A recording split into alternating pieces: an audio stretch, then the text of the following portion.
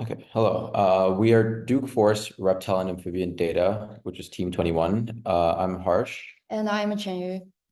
So, for some background, so the Herpetofauna program of the Duke Forest Community Science Program, which is also known as the HERP program, has engaged volunteers, also known as community scientists, since 2018 to monitor reptile amphibians, collectively known as HERPs, in specific sites of the Duke Forest. And we've been working with that data essentially over the whole summer. So our goals for this project is that the first to create an improved data entry and management system for the Duke Forest, because earlier it was using Qualtrics and the data was also very much messy. And knowing that Duke is moving away from Qualtrics, we had to change the entire system before that happens, and also make sure the data is in a format that is usable. And the second goal is to perform data analysis and visualizations. And this is through, of course, the newly cleaned data and the newer forms where we are trying to explore and generate certain visualizations to kind of understand better and kind of read more into the data, which will, of course, help research in the future years as well. So as for the data management, we formalized an extremely messy past data, which had so many inconsistencies and missing values.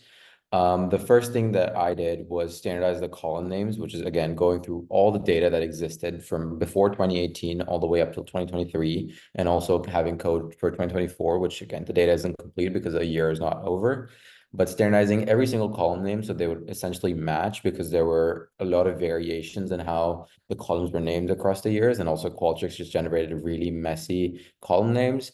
I removed the rows like the IP address, which I'm not sure how Qualtrics really obtains, but it was part of the data that was exported from directly from Qualtrics. Then I also converted the data from extremely wide to long format, which again is more helpful in research itself, and it's better to look at, less messy.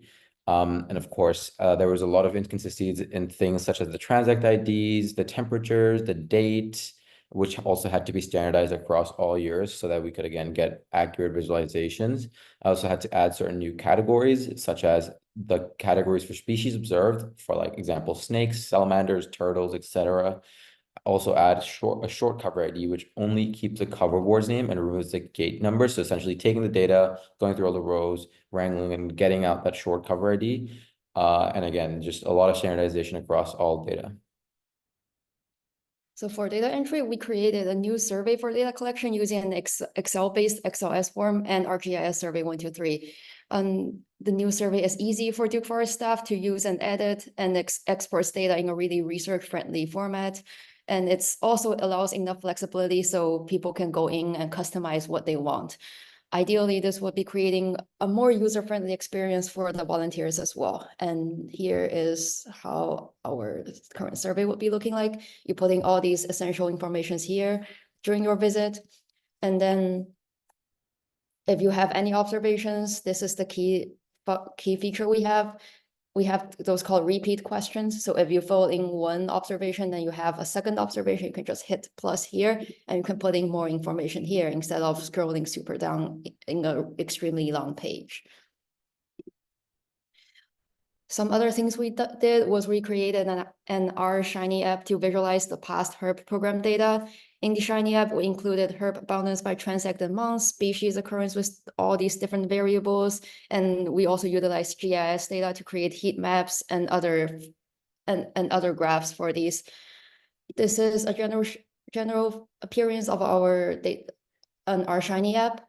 So you can see here we have a general HERP abundance by transect graph. We also created trend analysis with different herp species and their abundance and occurrence under different kind of sky conditions or different months. We have also created species heat map. For example, you can see on the map exactly this is where the redback salamanders would be appearing in these transects, but not appearing in some other transects. We created tables that shows the species and their occurrence in different transects, as well as species and their different occurrence across the whole year and different months. We do have some other kind of GIS data regarding soil type, and you can see salamanders and this different kind of soil type or forest type here. And that's the end of our presentation.